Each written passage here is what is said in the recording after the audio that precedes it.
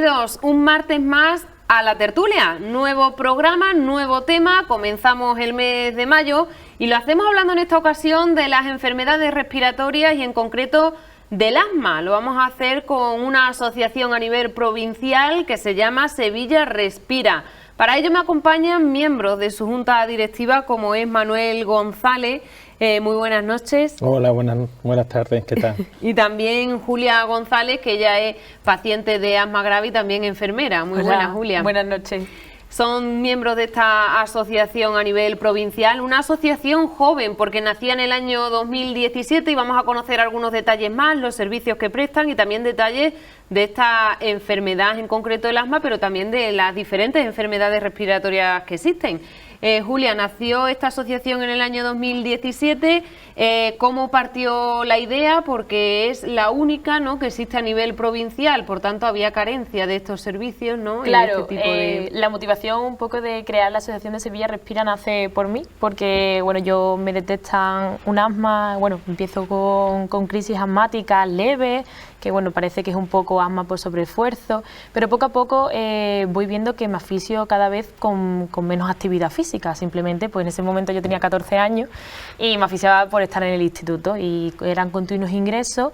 Incluso una de las veces me dio bastante fuerte que tuvo que acudir el 061 por mí y le dijeron a mis padres que tenía pues un pronóstico un poco difícil porque no me sacaban de esa crisis.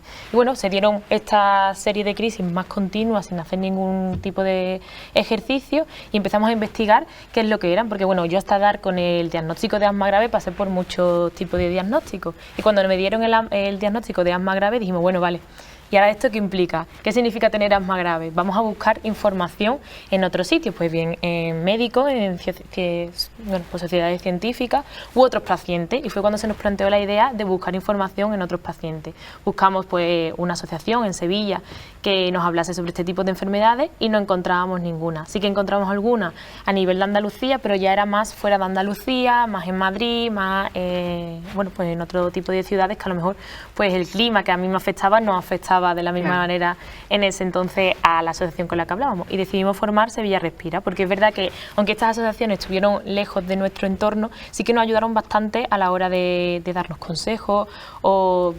Parece una tontería, ¿no? Y el refrán que se dicen de mal de mucho, consuelo de tonto, aquí nos hizo mucho bien. Entonces decidimos que por qué nosotros no podíamos ayudar a las mismas personas que estuviesen en la misma situación que había pasado yo y esa incertidumbre de no saber qué es lo que te está pasando, por qué no puedes seguir tu día a día, porque yo era una persona de 14 años que no podía subir unas escaleras, entonces no podía, en mi cabeza no entraba, al igual que la de mis familiares.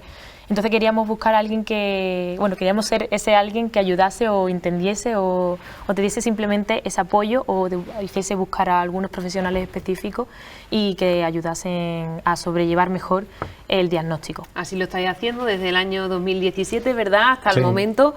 Contentos, ¿no? Con una pandemia de por medio también, que a lo mejor no os ha permitido tampoco realizar todas las actividades y encuentros que os hubiese gustado, ¿no? Pero seguís adelante. Sí, la época de pandemia ha sido un poco difícil, además una asociación incipiente que gracias a las sinergias que habíamos buscado con otras asociaciones a nivel nacional y a nivel de otras comunidades como Bilbao, en Málaga había otra, en Valencia, pues teníamos un poquito de sinergia y por lo menos referencia de quién aprender, ¿no? Pero es cierto que la pandemia ha empezado a chocar muy de frente en cualquier tipo de actividad, pero por otro lado también ha creado una serie de necesidades en las que la asociación ha estado ahí presente, ¿no? Con múltiples llamadas preguntando qué hacer en estas circunstancias donde el temor de la pandemia asociado a una enfermedad respiratoria era importante. Podemos decir también que la pandemia, ¿no?, pues ha servido a la asociación como también para darse a conocer y a aquellas personas que necesitaran de este tipo de ayuda, ¿no?, pues estuviera ahí. Ha sido la pandemia una época de intensa actividad en vuestra asociación. Sí, la verdad que así nos preguntaban y nos llamaban muchísimo para preguntarnos información, que es verdad que en ese momento pues poco sabíamos, ni los propios profesionales sabíamos, ni muchas veces podíamos dar respuesta, pero intentábamos contactar con el equipo médico que colabora con Sevilla Respira o con asociaciones que colaboran también, porque formamos parte de FENAER, que es la Federación Española de Enfermos Respiratorios, y desde ahí se nos proporciona también bastante ayuda a las asociaciones que estamos en ella para poder darles información veraz y con seguridad de que estamos dando una información verdadera. Claro, porque ofrecéis información, asesoráis, claro, pero no detectáis ningún tipo de enfermedad, eso ya... No, eso es parte y trabajo de los médicos. Cada persona tiene un perfil diferente, una patología diferente, y dentro del mismo asma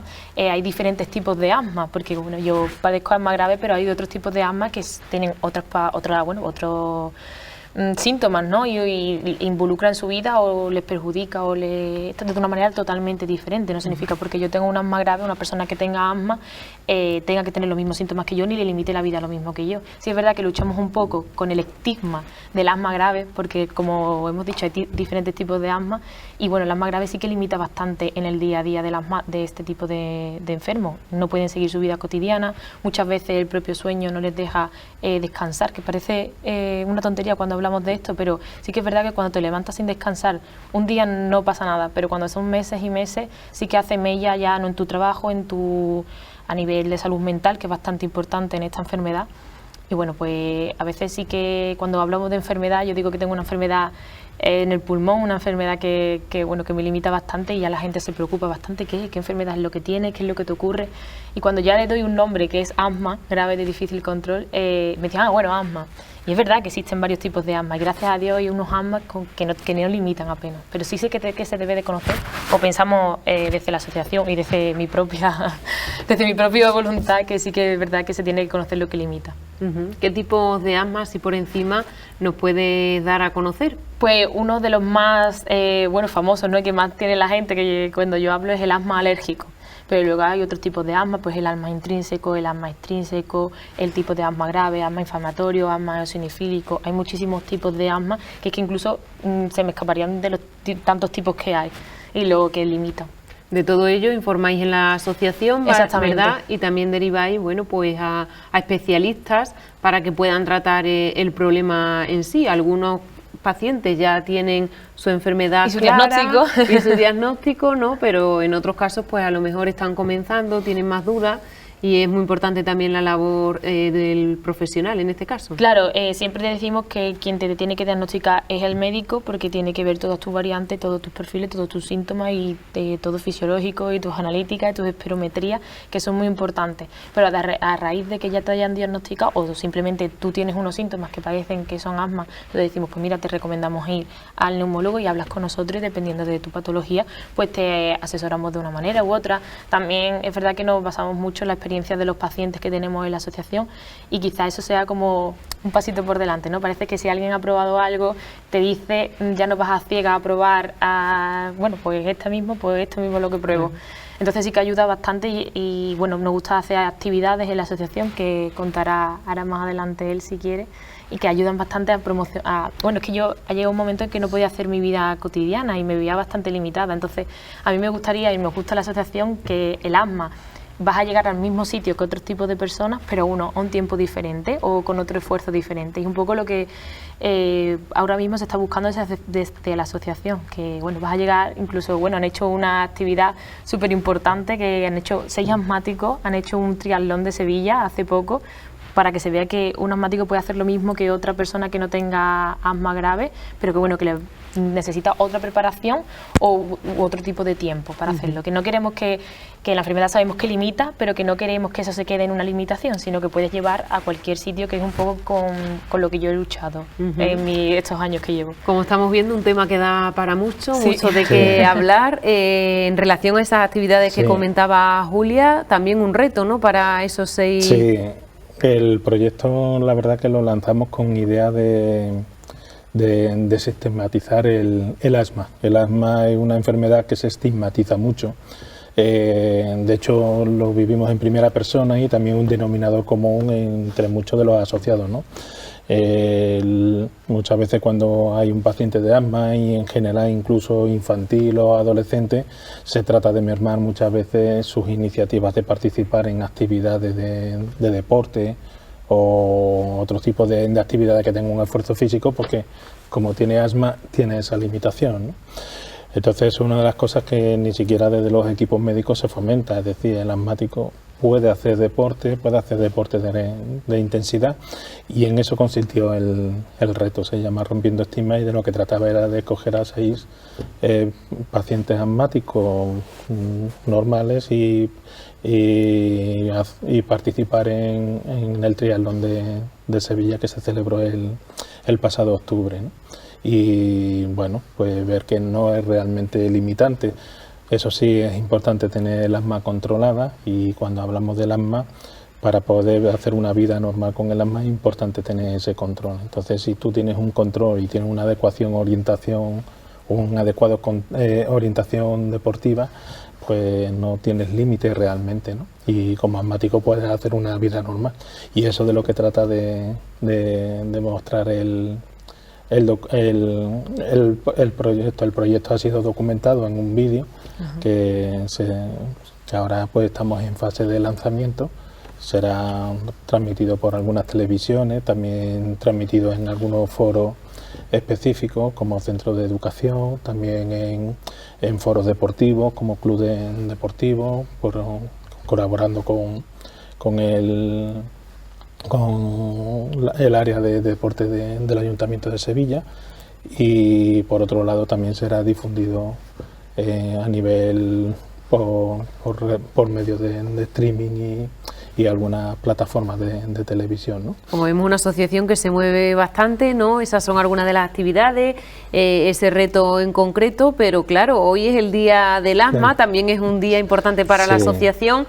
Coincide con la Feria de Sevilla, pero bueno, la semana que viene, más tranquilamente, ¿no?, también se va a conmemorar este día con diferentes actividades. Sí, nosotros, la verdad que, bueno, pues por respetar un poquito el tiempo de la Feria de Sevilla, y que gran parte de nuestras actividades se concentra en Sevilla, pues nuestras actividades las hemos trasladado a la semana que viene. Dentro de esas actividades, pues la más reseñable, o una de las más reseñables, es una mesa de trabajo donde se va a trabajar conjunto con los hospitales, con alergólogos y neumólogos de los hospitales de Virgen del Rocío y de Macarena, que son especialistas que colaboran con la asociación para tratar algunos aspectos que son importantes, ¿no? Como son, por un lado, los nuevos tratamientos, que es importante darlos a conocer y saber que están, el tema de las unidades de asma, que es importante tener unos sistemas coordinados tanto en atención primaria como en emergencia, para que la persona que acuda a un servicio de ese tipo sepa cómo tratarse por parte de todos los especialistas. Y por otro lado también el tema de la inclusión de nuevos fármacos, que son pues cosas pioneras, que además, como no hay un tratamiento equitativo en todos los centros de salud, pues es una de las reivindicaciones más importantes que tenemos ahora mismo, ¿no? Y es que una persona, por estar en un hospital comarcal, como por estar en un hospital de una provincia o estar en uno de la capital, tiene que tener acceso a todo el abanico de tratamiento según el que más se adecue al que necesita, ¿no? Y eso hoy por hoy no se está cumpliendo, ¿no? Entonces, una de las cosas que también queremos revisar en esa mesa de asma. Y por último, pues también hablaremos de la calidad de vida, que uno de los aspectos más importantes que también tiene una persona de asma cuando ya hay un asma grave, es los aspectos psicológicos y de calidad de vida, que se ve muy mermada. También hablar un poco de los problemas que hemos tenido a raíz de la pandemia a la hora de nebulizar en los hospitales, que sí que hemos tenido algunos episodios que nos ha comentado tanto los pacientes como yo mismo he podido vivir en primera persona, de las secuelas que ha dejado el COVID, de no podernos poner nebulizadores en los hospitales, que no te hacen el mismo efecto que los nebulizadores de depresión. Entonces también una lucha que tiene la asociación ahora, que parece que es una de las que más nos está costando poder superar, porque estamos jugando un poco con la vida en ese momento de crisis del paciente.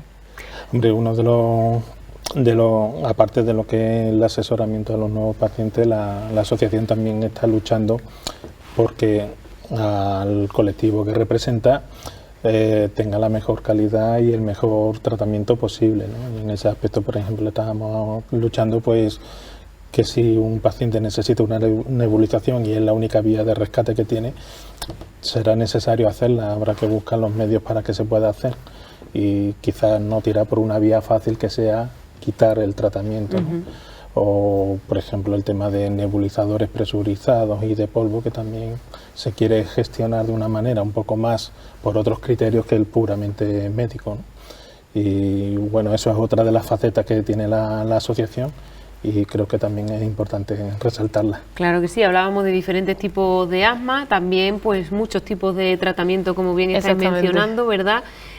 ¿Cuál suele ser el más común, ¿no? El que cuando se diagnostica esta enfermedad pues se suele mandar, ¿no? Se suele al paciente afectado pues el que suele emplear. ¿Hay alguno? Es verdad que bueno, hay muchísimos perfiles y muchísimos tipos de asma y un tratamiento no tiene que ser igual para, incluso teniendo el mismo tipo de asma, no es igual para una persona que para otra, porque hay que mirar muchísimos factores, pero normalmente siempre lo que se dan son, si es un asma alérgico, antihistamínico, bueno, pues protectores de estómago, bueno, sobre todo medicación oral en ese aspecto y luego mucha medicación nebulizada o bien con compresores de aire en cámara de Hudson que se utilizan en casa si tienes un asma grave. Conozco varios pacientes que tienen en casa una cámara de presión de aire con su cámara de Hudson para poder nebulizarse en casa, que son unas ampollas con la medicación que te tienes que poner, o bien lo que más utilizan que son pues, nebulizadores con cámara de presión, ¿no? Ahora lo que se está intentando sustituir, que es el problema que teníamos con los de polvo, que los de polvo vienen muy bien para otro tipo de pacientes, pero hay unos pacientes en específico que no son capaces de tolerarlo porque el polvo seco que tienen esos nebulizadores se pega a las paredes de la laringe y provocan tos, que al final lo que provocan es una crisis de asma. O simplemente que por el momento en el que se encuentre de capacidad respiratoria no son capaces en ese momento de inspirar con la misma fuerza que lo harían con una cámara de Hus. Entonces ese es más o menos el tratamiento base, el broncodilatador por excelencia que muchos niños llevan, que es azul, que lo llevan todos muchos niños en el bolsillo del cole, que también tratamos con muchos niños porque bueno, a veces le limitan un poco para hacer educación física en el colegio y es simplemente porque los profesores no saben el protocolo de actuación que hay que hacer para solventar una crisis en el colegio. Y desde Sevilla Respira, uno de nuestros proyectos o nuestros objetivos futuros sería pues eso, dar una formación en los colegios para que esos niños no bueno, pues se excluyan del resto y hagan el mismo deporte, sabiendo cómo actuar si en X momento le diese una crisis asmática a ese niño y que bueno, que viva ese asma como algo normal y que lo puedes vivir siempre que sepas cómo actuar en tu entorno, lo sepas llevar la medicación. Siempre que también una cosa que luchamos mucho con los pacientes es que como el asma, diferentes tipos de asma, es como una montaña rusa de síntomas, como yo le digo. Bueno, hay momentos en los que no tienes síntomas, hay momentos en los que tienes muchísimos síntomas. ¿Qué pasa en el paciente que en el momento que no tiene muchos síntomas que abandona el tratamiento porque se encuentra bien y llevar el tratamiento es un poco rollo? Tener que estar todo el día cargando con un nebulizador, eso es una realidad. Entonces, muchas veces pues abandonan el tratamiento y lo vuelven a retomar cuando son momentos de crisis, pero no nos damos cuenta que si abandonamos el tratamiento en el momento en el que nos encontramos bien, luego recuperarnos de esas crisis asmáticas ya es tarde, ¿verdad? Yo le dice una que ha sufrido esa montaña rusa y ha hecho lo mismo que han hecho todos los pacientes. Muy importante, por tanto, mantener el tratamiento siempre a pesar de estar bien para evitar esa crisis. Que yo como paciente lo he hecho, como enfermera tengo que decir que hay que hacerlo, entonces juego un poco en las dos bandas y en las dos caras de la moneda. El aspecto más importante es la adherencia al tratamiento y uno de las quizás de las kit o de las claves para realmente poder hacer una vida normal, ¿no? Y es quizás donde más insisten los especialistas, los sanitarios, y es un punto clave para realmente poder tratar la enfermedad. Debe ser muy satisfactorio, ¿no?, el poder ayudar a otras personas que se encuentran en situaciones similares, incluso a familias, ¿no?, porque hay enfermedades respiratorias que se dan en niños, en pacientes muy pequeñitos, y también pues sus familias acuden a vuestra asociación. Sí, efectivamente. La verdad que el asma en sí hay un montón de gente implicado, no solamente el paciente, que muchas veces se pone en medio, y más que el paciente hay que poner su calidad de vida, ¿no? Y ahí hay muchos agentes, no solamente los sanitarios, sino también están los cuidadores, ¿no? Que los cuidadores son también un factor importante de asistir, porque como bien dices, hay muchos perfiles, ¿no? Está el perfil del niño de incluso meses, que ya tiene síntomas asmáticos, como las personas mayores, que ya está quizás pues en una etapa más senil y que también tiene sus dificultades, y todos ellos están llevados a través de cuidadores que son importantes. Los cuidadores también son afectados de manera psicológica, porque cuando ya el asma es una enfermedad grave, pues los impactos en calidad de vida es importante, la capacidad de lo que se tiene en control por parte del cuidador es muy limitada, y también eso impacta emocionalmente, ¿no? Y esos aspectos también hay que cuidarlos, ¿no? Por parte de esos cuidadores, que estén en perfecta forma para poder asistir a esas personas que necesitan, ¿no? El entorno laboral también es algo importante que afecta mucho a los pacientes que tenemos en la asociación. Muchos de ellos han tenido que dejar sus trabajos porque bueno, pues no le entendían las continuas bajas médicas que tenían, o hay personas que le dan miedo el tener que implicarse en un trabajo si no sabes si vas a poder ir al día siguiente a trabajar. Entonces a veces bueno, pues esas adaptaciones curriculares o la discapacidad que en algunos pacientes se da, y que poco se habla que un paciente asmático puede tener una discapacidad reconocida, bueno, pues son aspectos que también preocupan bastante a los pacientes de nuestra asociación y de todos los pacientes que hablamos, que no solamente nos centramos en nuestra provincia, que también hablamos con otras asociaciones que nos comentan pues lo mismo. Muchas consecuencias, por tanto, como estamos viendo. Una asociación que mencionábamos al principio nació en el año 2007, son pocos años de andadura. 2017, pocos años de andadura, pero hasta el momento muchas personas han pedido ayuda, se han acercado, se han interesado. Sí. Por conocer esta asociación y por los servicios. Sí, es verdad que bueno, pues al final el día a día y la vorágine del día a día de muchos pacientes no deja bueno, que participen de manera muy activa, pero sí es verdad que nos preguntan bastante, cada día se acercan más, gracias también, porque muchas veces no hemos tenido, o los pacientes nos atreven a preguntar porque no ven la vía de acceso rápida o no nos conocían simplemente, y gracias a las redes sociales, a programas como estos, nos ayudan a visualizarnos y a que muchos pacientes que nos ven pregunten y resuelvan todas sus dudas, se hagan socios, participen con nosotros en las actividades y también, ¿por qué no?, implicarse para ayudar a hacer nuevos proyectos. ¿Cuántos socios sois actualmente? Pues el número lo tienen ellos. Estamos a más de 40 socios. Realmente en muchos casos prestamos los servicios indistintamente de si son socios o no. En ese aspecto estamos dentro de lo que serían los parámetros de interés público, ¿no? De una asociación que lucha por el asma, independientemente de los socios que haya, ¿no? Pero estamos en unos tornos de más de 40 socios ahora mismo, y bueno, pues esperamos ir creciendo y que cada vez llamemos más, ¿no? ¿Socios de la capital o de toda la provincia? ¿Hay de municipios también? Hay también de municipios, menos, pero sí es verdad que también hay de municipios. Cada vez queremos, sí es verdad que la asociación es de ámbito provincial, o sin estar registrada en el Registro General de Asociaciones. Queremos hacer un cambio para cubrir en Andalucía Oriental, porque realmente el mapa de asociaciones de asma es relativamente bajo, y estamos intentando cubrir pues áreas geográficas en función de las asociaciones que hay. En Andalucía Oriental pues estaría más encaminado en Málaga, y Andalucía Occidental en Sevilla Respira, ¿no? Y tener un poco ese reparto para poder atender, que de hecho en la pandemia, como decíamos antes, nos han venido llamadas pues muy variadas, desde Huelva, Badajoz, Cádiz, en fin, tenemos un montón de personas. De hecho hay socios de otras provincias que también están, no es excluyente o pertenece a la asociación.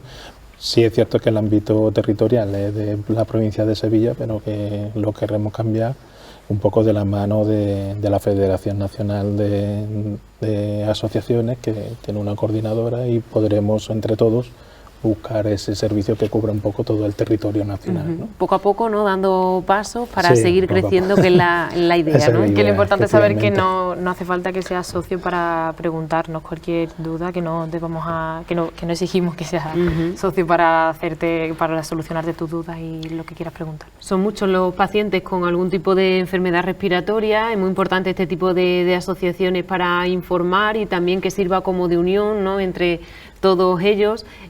Hablábamos de la pandemia, también pues unos meses, años complicados, ¿no? Sí. Para la población en general, pero también para pacientes con algún tipo de enfermedad respiratoria. Ha sido mucha la incertidumbre. Exactamente. Y también el saber pues de qué manera, ¿no? Podía afectar el COVID a una persona con un tipo de enfermedad ya diagnosticada, ¿no? Sí, es verdad que al principio de la pandemia no sabíamos si éramos personas vulnerables. Al principio de la pandemia sí que se pensaba que las personas con asma o con algún tipo de enfermedad respiratoria eran mucho más vulnerables que el resto de pacientes. Luego, poco a poco, con las diferentes mesas que hicimos y webinars, hablando con neumólogos, se dijo que, bueno, que no eran tan de riesgo, que llevando un tratamiento y teniéndolo controlado con el tratamiento de base ayudaba a proteger, de que si no te protegía de coger el virus, pero si te protegía que si lo cogías no tuviesen unos efectos tan graves.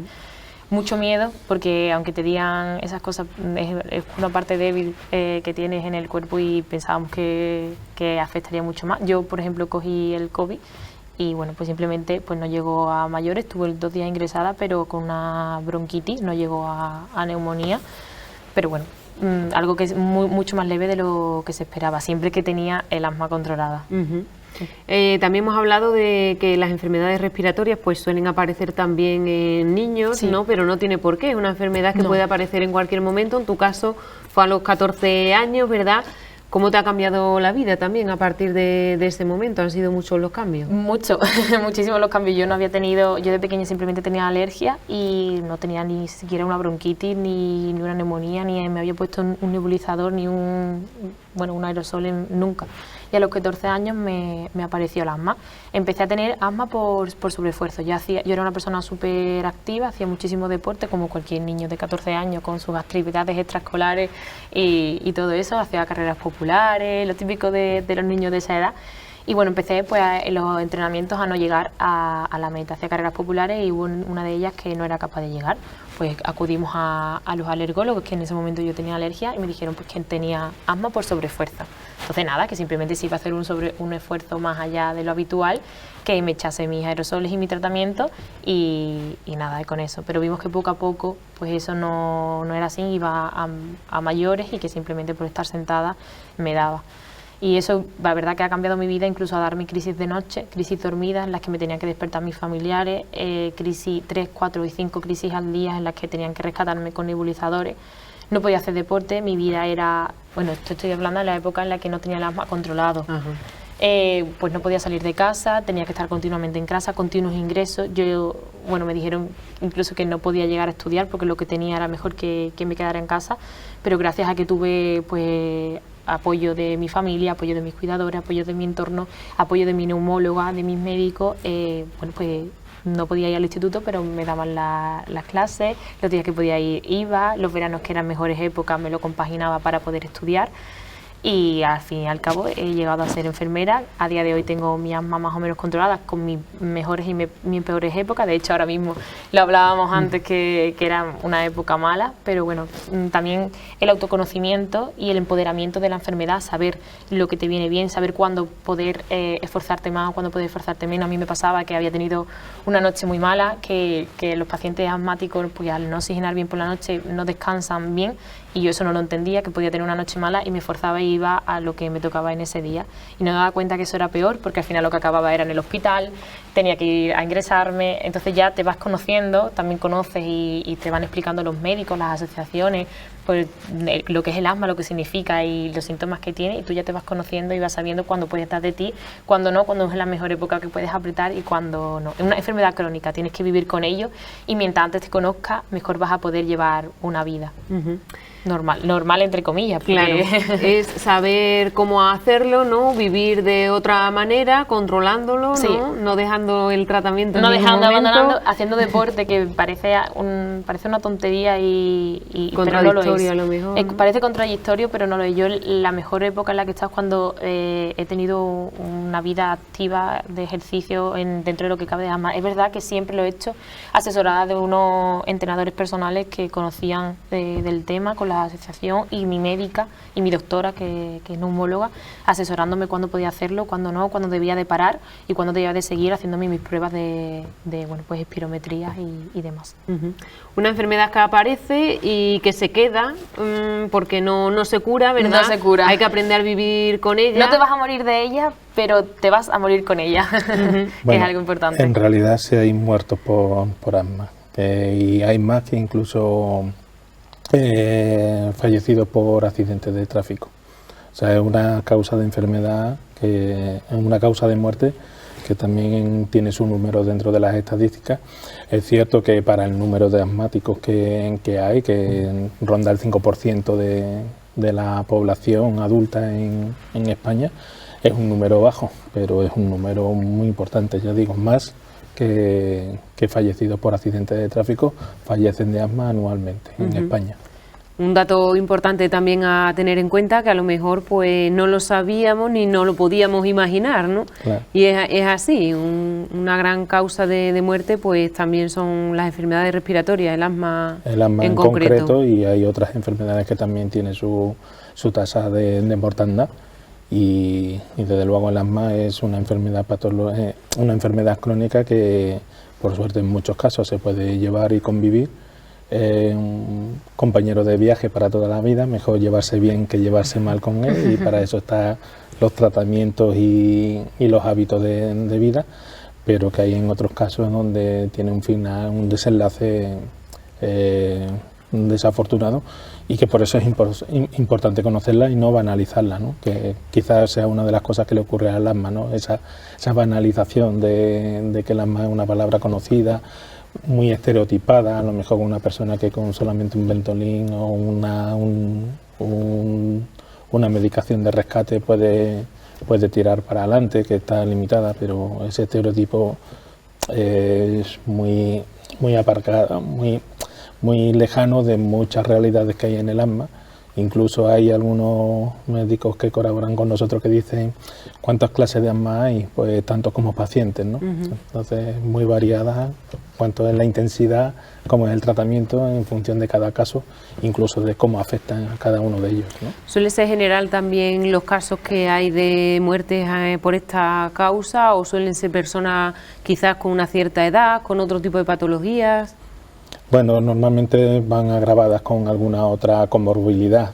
También es verdad que el asma a veces produce otras comorbilidades, o sea que su origen está en el asma, ¿no? Pero otras veces están mezclados con otras comorbilidades que vienen de otros orígenes, ¿no? Que se juntan en el asma y al final pues tiene ese desenlace. Pero bueno, a veces también es el propio asma el que ha provocado esas comorbilidades, esas complicaciones, y al final tiene ese desenlace. Hemos hecho referencia que hoy 3 de mayo pues el Día del Asma, la importancia de conmemorar este día. Es necesario, ¿no?, para dar visibilidad a la enfermedad y para seguir luchando también. Sí, gracias a Dios, y bueno, día a día más personas saben por estos días, por estos programas y por las diferentes actividades que hacemos, qué es lo que implica el asma. Y parece algo surrealista, pero las personas que viven una crisis asmática, a veces por vivir una crisis asmática ya conocen mucho más de lo que es el asma, pero gracias a días como hoy y a las actividades que se hacen y las diferentes promociones y la difusión que se hace de este día, muchas más personas conocen lo que implica y lo que limita este tipo de asma. Por tanto, también resaltar la importancia de Sevilla Respira. Sí. ¿Qué más podemos hablar en relación a la asociación desde que nació, ¿no? ¿Cómo cómo ha ido creciendo, proyectos que tengáis en mente de cara al futuro también y que vayáis a comenzar próximamente. Pues los proyectos que tenemos, ahora acabamos de terminar uno, que es el de Rompiendo Estigmas, que nos ha gustado bastante y creemos que ha sido algo muy exitoso para demostrar que te tiene que limitar, pero que puedes seguir con tu vida y llegar a hacer un deporte de alta exigencia. Y ahora estamos buscando nuevos proyectos, porque es verdad que la implicación es importante en la asociación y estamos buscando personas que también nos ayuden a realizar diferentes proyectos. Uno de ellos que queríamos hacer... Bueno, tenemos varios proyectos en el programa del 2022, tenemos varios proyectos, ¿no? A nivel general, pues todos los años hacemos una planificación de actividades basado en ciertas directrices, ¿no? Varios objetivos que nos marcamos dentro del año y que están marcados por nuestros objetivos primarios de la asociación, ¿no? En este año, por ejemplo, estamos peleando por la equidad de los tratamientos, el diferenciar el asma grave del asma menos grave o más común, como es, por ejemplo, el caso del alérgico, ¿no? El asma grave, de hecho, en muchos casos está considerado como una enfermedad rara, ¿no? Porque afecta a un porcentaje muy bajo de personas asmáticas y tiene unas peculiaridades muy específicas, ¿no? Y entonces queremos también incidir en eso, ¿no? Y por otro lado también en ser continuista con la no banalización del asma y el conocimiento de que el asma y el deporte no son incompatibles.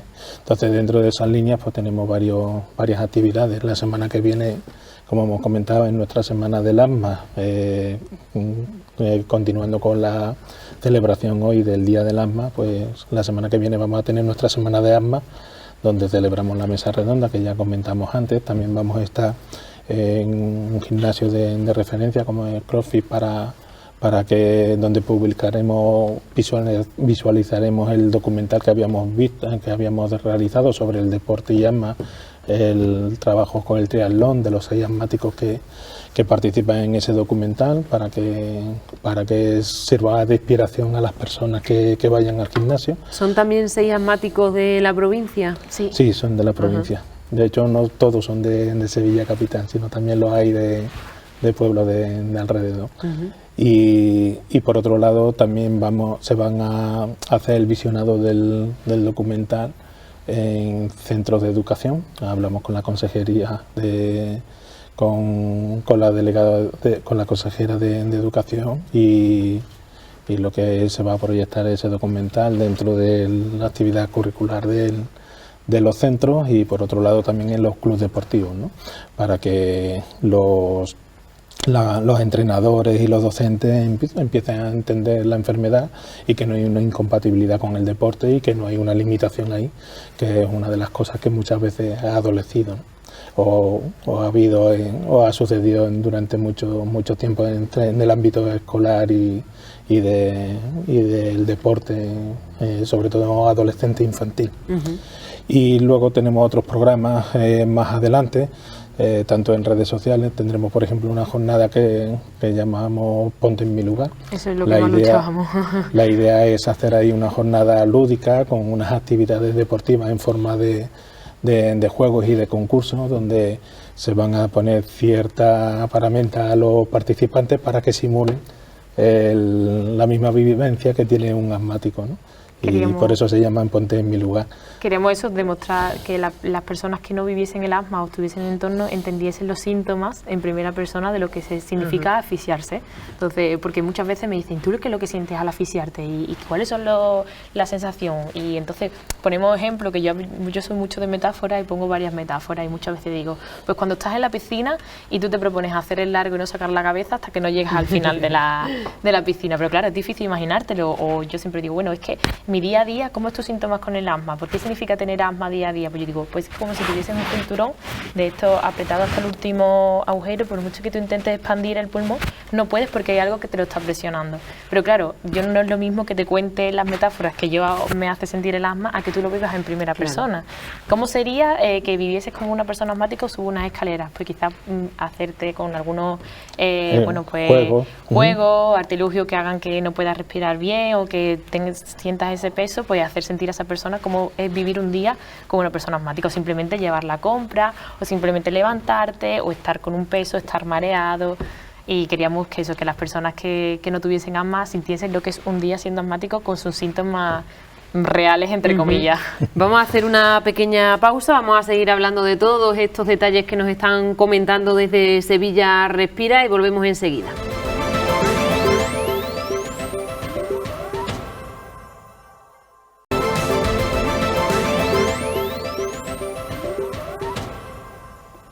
Muy importante también la parte psicológica en este tipo de enfermedad, en el asma y también en otras enfermedades respiratorias, que es el tema que hemos elegido para la tertulia de hoy martes, día 3 de mayo, día del asma, y queríamos hacer referencia precisamente, Julia, tú como paciente, ¿no? ¿Cómo afecta psicológicamente el tener asma, en tu caso asma grave? Porque es complicado, ¿verdad? Sí, es algo que influye bastante. La salud mental es importante en la vida de cualquier persona que no tenga ninguna patología, pero en las que tenga patología, pues todavía más. Al igual que influye en otras enfermedades, como puede ser el Crohn, alergia, úlceras en el estómago, todo eso influye pues en la salud mental y la agrava en esa circunstancia, en el asma también, pero es un arma de doble filo, ya que muchas veces se ha estigmatizado en que el asma era simplemente algo psicológico. A mí me pasaba en algunas crisis asmáticas que me daban con gente que a lo mejor no conocía tanto del asma grave, y me decían, pues te está dando el asma, yo me estaba asfixiando, yo no podía respirar, y me decían, tranquila, relájate y respira. Y yo decía que no es simplemente algo psicológico, que obviamente influye, y en el momento que tú tienes una enfermedad mental, porque yo he pasado por una depresión y por una anorexia, tener descontrolado mi asma y no poder pasarla, que no significa que que no influya no puedas pasarla, pero pues sí que influye bastante, y a lo mejor si tiene una situación de estrés o tenga algo la puede agravar, pero no la provoca. Puede provocarte una crisis de ansiedad y que eso te pueda generar una crisis asmática, pero no te va a generar una crisis asmática un momento de salud mental más bajo. Va a influir en que agrave tu enfermedad, pero no te la va a provocar. Que eso es algo con lo que luchamos bastante, que muchas personas piensan que es simplemente psicológico. ¿Ofrecéis también apoyo psicológico desde la asociación? Bueno, orientamos a las personas a que tomen la rienda también desde el punto de vista psicológico. Tratamos de empatizar, porque es verdad que ese plano ya no es tanto desde el punto de vista sanitario, sino también desde el punto de vista humano. Empatizamos y fomentamos que se haga un tratamiento o que también se haga un enfoque psicológico, ¿no? Y de hecho peleamos porque haya unos equipos multidisciplinares y que la psicología también esté dentro de ese ámbito de actuación de los enfermos asmáticos, ¿no? Porque es verdad que eres asmático o asmático grave o el tipo de asma que tengas y no te impide tener otros tipos de patologías.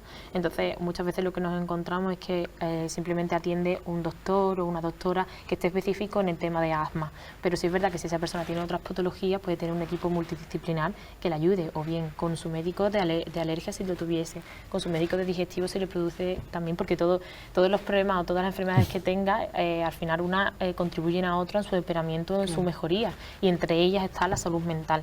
Algo con lo que queremos luchar sobre todo, y creo que no solamente como enfermo respiratorio, como asociación de enfermos respiratorios, sino que creemos que la asistencia en muchas ocasiones por la seguridad social a la salud mental es bastante escasa, o por lo que hemos experimentado, ya no solo en mi experiencia, sino la experiencia con los demás pacientes. Creemos que a lo mejor no es suficiente. Creando equipos multidisciplinares atacaríamos, ya hablo como sanitaria, atacaríamos diferentes focos posibles que agraven la enfermedad. Al final, si apagas esos fuegos que están alrededor del asma grave, haces que este asma esté controlado y no tenga esas exacerbaciones tan grandes, que al final lo que limita y es una pescadilla que se muerde la cola.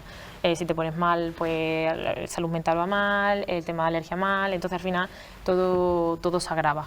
Siempre está bien, ¿no?, contar con apoyo psicológico, ¿no? Sí, es muy importante, pienso yo, ya no solamente la enfermedad como asma grave, sino en todo tipo de enfermedades, algo psicológico siempre afecta. Las enfermedades crónicas que te condicionan la vida tienen un impacto psicológico, y Y no solamente ese aspecto psicológico tratarlo al paciente, sino también al entorno que lo cuida, ¿no? Pues todo el mundo hablamos, por ejemplo, de una dificultad como puede ser el Alzheimer y el impacto que tiene en la familia. Cuando hablamos de asma grave, el aspecto, el sufrimiento que tiene la familia también es importante y también necesita su apoyo psicológico. Muy importante el apoyo del entorno familiar, como hablábamos antes, ¿no? También me imagino que con 14 años, ¿no? Luego ya con el tiempo, cuando se diagnostica la enfermedad como tal, muy importante el apoyo también de la gente de tu edad, de tus amigos, ¿no? A mí también me tocó una época un poco complicada, es plena adolescencia, donde más inseguridades salen a todas personas de esa edad y más difícil es que te entiendan, te sientes incomprendida por el mundo, pues más si tienes una enfermedad que no se ve. Luchaba mucho con la discapacidad que no se ve, porque hay diferentes tipos de discapacidades y bueno, si a una persona pues se le ve a la simple vista que tiene una discapacidad, parece como más creíble a los ojos de la sociedad que una enfermedad orgánica que no se ve. A mí en el pulmón no, bueno, pues siempre me ha gustado ser una persona coqueta y muchos de los pacientes que tenemos son personas muy coquetas que tú la ves a simple vista no parece que estén enfermas, pero sí tienen una enfermedad bastante importante. Y luchamos con ese estigma de que no se ve y que no te creen el que tú verdaderamente estés tan mal. Incluso hay muchos amigos míos que no conocían nada del asma, que han estado conmigo en las crisis diarias y nos pasaban con muchos pacientes que tenemos y que me dicen, gracias a que he vivido una crisis, sé qué es lo que tienes y cómo puedo ayudar yo a otras personas que tengan esas crisis. Porque ya te digo, yo salía y yo podía salir estupenda, monísima, arregladísima, y yo salía con un bolso monísimo también, estupendo, pero con mi máquina nebulizadora. Yo llegaba a un momento en el que a lo mejor me tenía que parar en el baño de cualquier servicio o cualquier restaurante para poder enchufarme la máquina, respirar y poder seguir saliendo, porque yo intentaba que no me limitase, pero sí es verdad que luchas, porque al final es una lucha. Con el no te creo, no se ve, vamos, que a día sigue pasando y a muchos pacientes les pasa y es los que más nos enfada, pero que son discapacidades orgánicas que no se ven a simple vista. A nivel educativo, lo que es las clases, ya cuando has ido a la universidad y demás, ¿ha influido también? Sí, que ha influido muchísimo. Yo, de hecho, me tocó en la época también de bachillerato y claro que influye porque no puedo ir a la clase, no puedes tener una continuidad, no puedes... bueno, a mí me ha tocado, por desgracia, bueno, como me acompaña toda mi vida, la época estudiantil y ahora la época que tengo laboral. Y bueno, sí que influye, no podía ir a clase. Yo creo que primero de bachillerato, rectifícame si me equivoco, pude ir nada más que 2 semanas de seguido y días sueltos. Entonces aprovechaba la época en la que estuviese mejor para poder ir. Y gracias a que tuve bueno, un centro que me cambié, que es el Colegio de Sevilla, que es Santo Tomás de Aquino, que bueno, que me fomentaba y me ayudaba y me decía, si no has podido ir, pues toma estos recursos, estas actividades, que he tenido la suerte de tener un centro de formación que me ayudaba a seguir seguimiento desde casa, que quizás eso muchos pacientes no los tienen, el que se reconozca como enfermedad grave y que no puedas seguir tu día a día y que te ayuden de forma telemática. Ahora que, claro, antes del COVID no había estos estudios telemáticos, pero de manera telemática te puedan mandar las cosas para que puedas seguir con tu formación. Pues es fundamental. Y ahora bueno, una adaptación curricular, porque no deja de ser una enfermedad que está reconocida y que te adapte curricularmente esa formación, al igual que ahora en el entorno laboral, que yo he tenido suerte y ahora estoy un poco más controlada, aunque tengan mis épocas mejores y peores. Pero bueno, hay personas y pacientes que tenemos en la asociación que no tienen esa época tan regulada ni el control de su asma y no les deja quizás tener esa vida laboral que tantos años llevan labrándose y les cuesta también el entendimiento de bueno, pues el entorno laboral, su jefe o eso, y le da incluso miedo a tener que comprometerse con una empresa y no poder dar todo de sí. Muy importante tu testimonio también para aquellas personas que se encuentren en esta situación o que por algún motivo puedan llegar a padecer un tipo de esta enfermedad y encontrarse en esa situación, pues es muy importante porque ayuda también. Y que se reconoce ese tipo de discapacidad, que no tengan, que muchas veces la asociación nos viene y nos dice, tengo este problema, y le decimos, tienes que ir a que te reconozcan la discapacidad que te corresponde, porque te corresponde una discapacidad que gracias a ello tienes unos derechos para que te puedan adaptar que esos tipos de problemas. Ojalá no tuviésemos ninguna enfermedad para que no te tuviesen que adaptar nada, pero es un derecho que le corresponde a los enfermos. Claro. ¿Y por qué no poder bueno, pues utilizarla para poder llevar una vida más normal y poder sentirte, porque al final parece que te sientes un poco inutilizada, no puedes hacer nada de tu vida, y trabajar nos viene bien y te viene bien poder bueno, intentar llevar la vida lo más normal posible. Claro. Desde Sevilla Respira, pues también muy pendientes de poder informar, ¿no?, de las novedades y también de ayudar en casos de este tipo.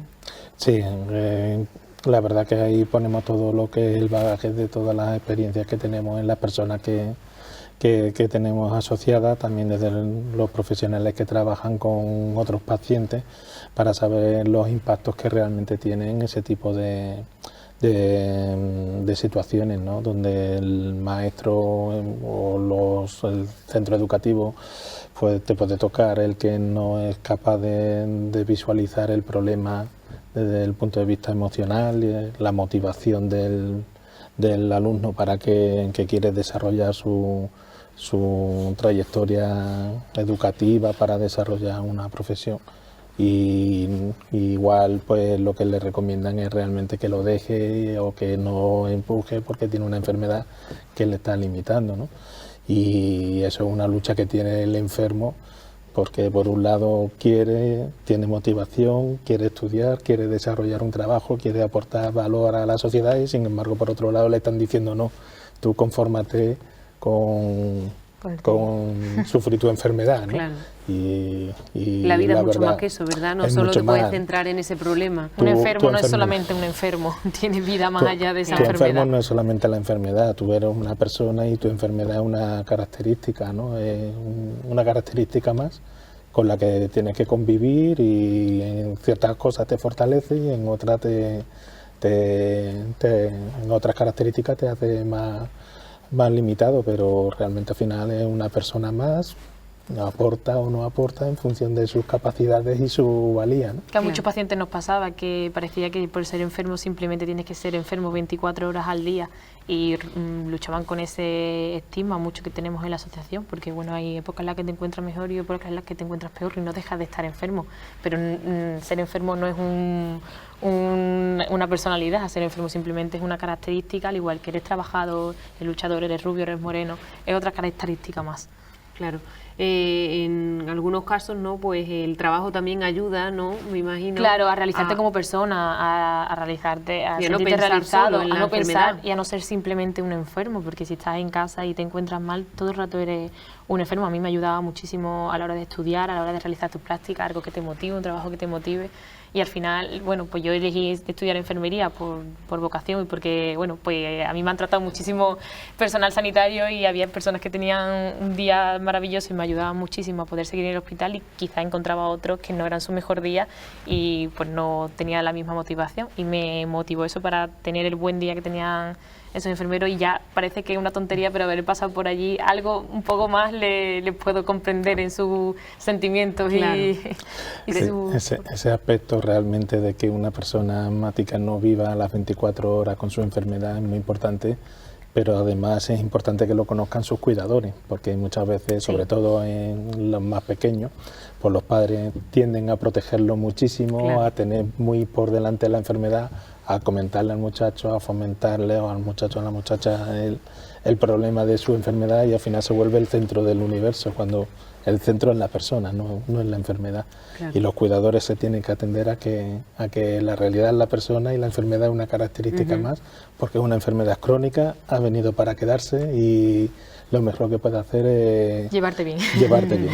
Llevarte bien con ella. Es verdad que antes hablábamos, y parece que hablábamos mucho, que la enfermedad es de niños, pero es un estigma, que la enfermedad no es solamente infantil, que el asma no es solamente infantil, sino que se puede desarrollar a todo tipo de edades, que es un estigma también con el que luchamos bastante. Es verdad que un grupo bastante numeroso es bueno, pues asma infantil, pero que hay mucho antes, que por ejemplo yo, que no tenía asma infantil y me desencadenó de mayor, o hay personas que de adulto le ha desarrollado el asma, que no se estigmatice que simplemente a los niños. El factor genética también. Claro, en hay algunos muchísimos casos. factores de riesgo, entre ellos ser alérgico de pequeño. Se ha demostrado que o tener piel atópica o enfermedades inflamatorias tipo 2, como puede ser rinitis u otro tipo de enfermedades, pues están asociadas más a que en un futuro puedas padecer asma, entre ellos factores genéticos o factores del entorno ambientales, también fomentan que en un futuro puedas tener asma. Y no sé si se me escapa alguno más. De hecho, quizás como factor de riesgo muchas veces el origen del asma no es tan claro. Se sabe más, es una enfermedad que se sabe más cómo tratarla de cómo se origina, ¿no? Y por eso muchas veces los factores de riesgo, pues sí, son alérgicos, enfermedades que al final si se producen, pues se sabe que por estadística es propenso a que desarrolle el asma, pero muchas veces como factores de riesgo sí es cierto que donde más se puede influir y donde más margen de maniobra hay es en que un asma no tratado a tiempo sí puede degenerar en un asma grave.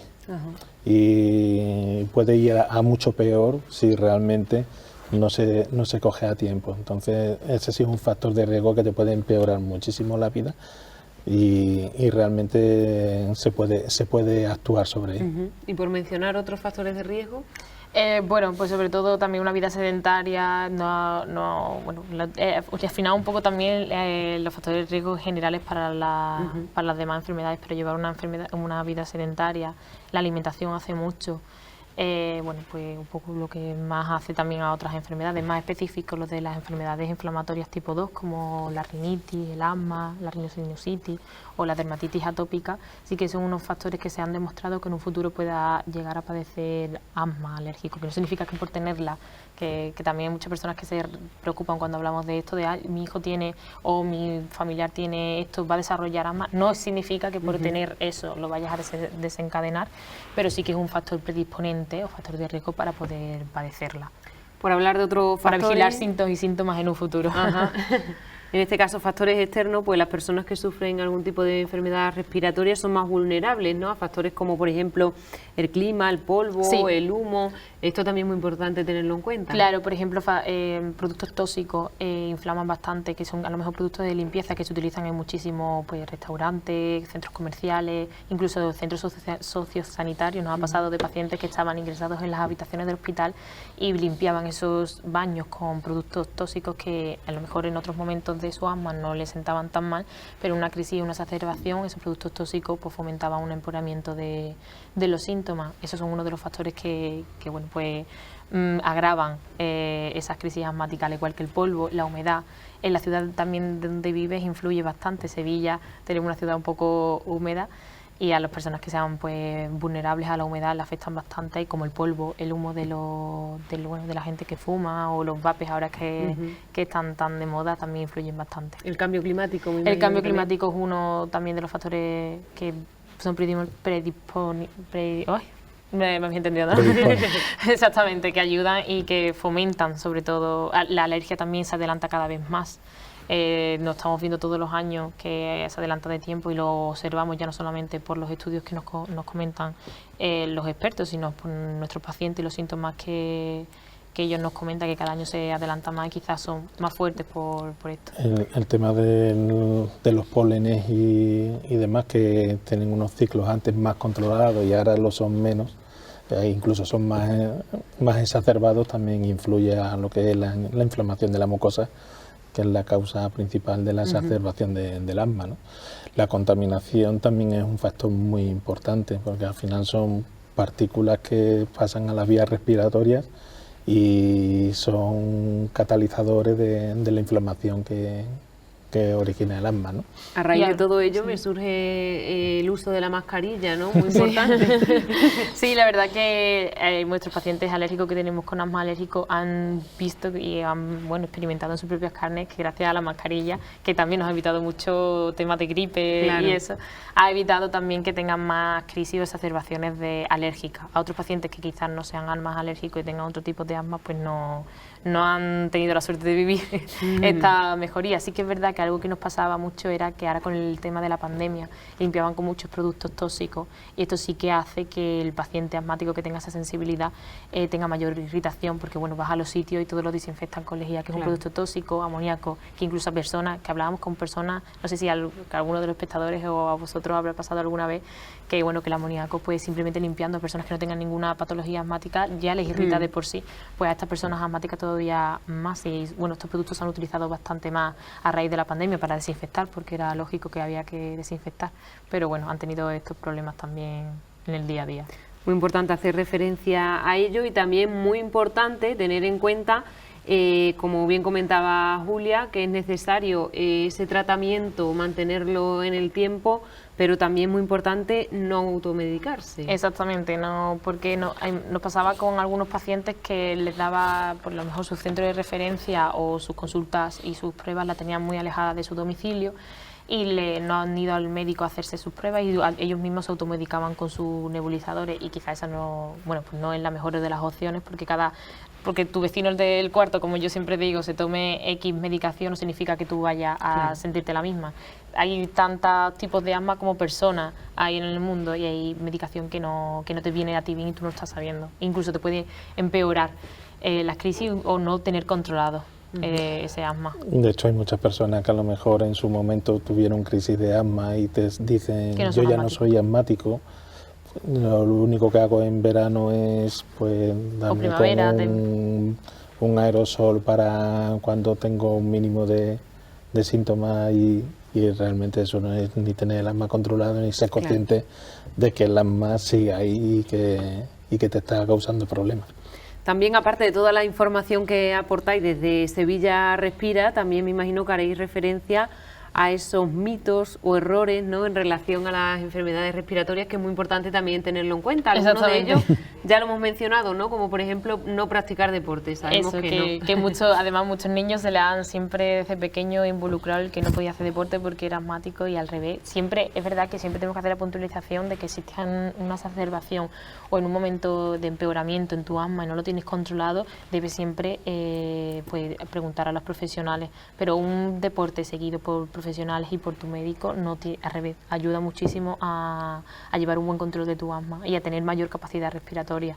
También, sí. El asmático tiene que considerar que, igual que a lo mejor si practica fútbol y tiene un esguince y tiene que quedarse en el banquillo durante 2 o 3 semanas, pues si su asma empeora, de la misma manera es lo mismo que si tuviera un esguince en la pierna y tiene que quedarse en el banquillo 2 o 3 semanas hasta que vuelva a tenerlo bajo control. Otros mitos que se suelan... Lo de lo que es el asma es algo mental, que está todo relacionado con la salud mental, también es un mito. Si es verdad que influye, que no vamos a quitar que la salud mental influye bastante, pero ya no solamente en el asma, sino en todas las enfermedades que una persona pueda tener, pero no la provoca simplemente tener una enfermedad mental o la salud mental esté en trabajo o no, o sea, todo mental. Es algo también que se lucha mucho en el día a día del asmático, y no en el momento que te está asfixiando, desde luego, porque muchas veces te dicen cómo actúas frente a una crisis asmática, porque respira y relájate no es un buen momento para decirlo, y ni ayuda en el momento que estás con una crisis asmática. Me gustaría incluso decir cómo puedes actuar o ayudar a una persona que sufre una crisis asmática, y en ese momento buscar el aerosol que tenga más cercano, porque la persona asmática o que está en una crisis asmática no puede hablar. Es que no te puede decir en ese momento cómo puedes actuar frente a una crisis asmática o cómo le puedes ayudar. Y en ese momento necesitas su ayuda, y muchas veces las personas del entorno no prestan esa ayuda porque no saben cómo actuar. Y una de las cosas que también nos gustaría hacer en Sevilla Respira, y que creo que se nos olvida decir, es ayudar con campañas a las personas que vivan o convivan alrededor a saber cómo actuar en una crisis asmática, ya no solamente por alguien conocido, sino porque te montes en el autobús y esa persona tenga una crisis asmática y no sepas cómo poder ayudarla y te veas impotente.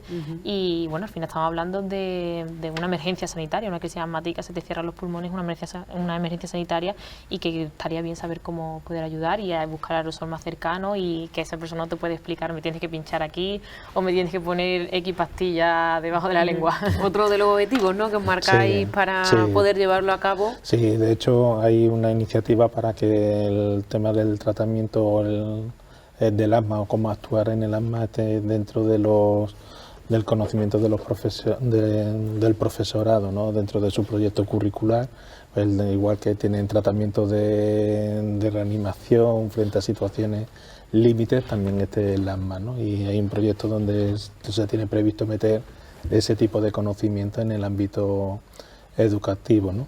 Pero es cierto que lo que dice Julia es que sea un poco más amplio, ¿no? Claro. Y de que cualquier persona sepa reconocer que cuando hay un problema del asma, pues hay ciertas pautas que hacer, ¿no? Y Porque en es verdad eso, que sabemos mucho, por ejemplo, una RCP nos han enseñado, gracias Claro. a Dios, a saber cómo poder actuar y también obviamente una emergencia sanitaria y muy grave, pero también en otros tipos de enfermedades, ya no solo asmáticas, en otros tipos de enfermedades estaría muy bien saber cómo actuar porque no dejan de ser una emergencia sanitaria y que aunque suene una palabra muy fuerte, te estás jugando la vida porque estás dejando de respirar. Entonces, saber cómo actuar, al igual que nos han enseñado mucho a la RCP, pues en otro tipo de enfermedades que ayudarán a muchos pacientes porque el asma es una enfermedad bastante más común de lo que pensamos. Para ir finalizando, porque ya va quedando poquito tiempo, pues me gustaría hacer un balance desde vuestros inicios hasta el día de hoy en la asociación. ¿Con qué momentos os quedáis? No sé si alguna anécdota, también alguna experiencia en concreto con algún paciente que quede para el recuerdo. Pues no lo sé, la verdad que hay mucho. A nivel de balance, creo que para ser una asociación pequeña, que hemos empezado hace poco, pues la verdad que la evolución ha sido muy buena. También es cierto que las asociaciones de pacientes adolecen que las enfermedades no es algo que motive mucho al asociacionismo, Claro. ¿no? Como, no sé, pues alguien que un club de ajedrez o cualquier de esto, pues oye, las personas tienen motivación y se asocian porque es algo más lúdico, ¿no? En ese aspecto pues la principal dificultad, ¿no? Entonces en ese aspecto es curioso, ¿no? Desde el punto de vista de anécdotas, me acuerdo las de algunos pacientes, porque es cierto que lo de los tabúes es algo que nos hemos marcado desde el plan estratégico que nos marcamos hace 2 años, de romper esos tabúes. El primero era con el proyecto Rompiendo Estigma, pues el asma y el deporte no son compatibles, pero también queremos romper el de todos los asmas son iguales, ¿no? Y como anécdota, pues algo que es un denominador común, que en muchos sitios cuando tú dices, perdona, soy asmática, por ejemplo, cuando pasó con la pandemia y con las vacunas, ¿no? Oye, que igual puedo tener una reacción que me puede desencadenar, Claro. que me puede desencadenar en un episodio grave, ¿no? Y dices, mira, tengo asma grave, se lo dice al profesional que estaba allí y dice, asma. Pues asma, lo que tiene es un asma, ¿qué quiere? Pues No se le da la importancia, ¿verdad? No se le da la importancia y parece como que todos los asmas son iguales. Asma es esto y no hay más. Y hay muchísimas causas que son, vamos, muchos asmas que pueden ser súper peligrosos, ¿no? Y la verdad que bueno, una anécdota curiosa que se repite de cuánto te va a tener un tratamiento invasivo y dices que tienes asma grave y sin embargo te dice asma, como cualquier otra. Claro. También concienciar, ¿verdad?, sobre esta grave enfermedad, sobre estos problemas, uno de los objetivos de Sí. esta asociación y trabajáis en ello, la concienciación. Sí, este año queremos enfatizar sobre el asma grave y que tenga una consideración de una enfermedad rara, compleja y que requiere de una consideración especial. Muy importante también la asociación, perfiles como el tuyo, Julia. Paciente con varios años ya De con patología. esta enfermedad, ¿verdad? Y también como enfermera, ¿no? Como profesional Sí. sanitaria. No sé si la enfermedad, creo que lo has comentado antes por encima, te llevó a decidir por esta profesión y también pues esta profesión te ayuda a actuar de una manera diferente pues a raíz de tu enfermedad. Sí, es verdad que yo llevaba con la vocación de enfermera antes de tener pues el contacto tan estrecho con mi enfermedad, pero a raíz de estar con continuas crisis pues coincidía con muchísimo personal sanitario y bueno, pues me ha hecho saber qué es lo que quizás quería o qué es lo que ayuda en mi visión al paciente y qué es lo que no. Y como enfermera pues he descubierto pues personas que quizás estaban diagnosticadas de asma y que no sabían cómo poder o estaban perdidas y quizás pues ayudarles y tener un contacto más estrecho con ellos ha hecho que bueno pues tengan eso, igual que hacer la gasometría, diferentes pruebas que quizás no son tan agradables para el paciente, intentar pues estar con él, acompañándolo, y quizás a veces la positividad demasiado extrema no es bueno para el paciente, porque un paciente que está ingresado por asma y no tiene una buena mejoría, le queda muchísimo tiempo ingresada, como enfermera decirle que no se preocupe, que dentro de poco saldrá, es una positividad que no es real. Y bueno, hay que ser positivo, pero con una positividad real. A mí no me venía bien que me dijesen, no te queda poco, tranquila, vas a salir.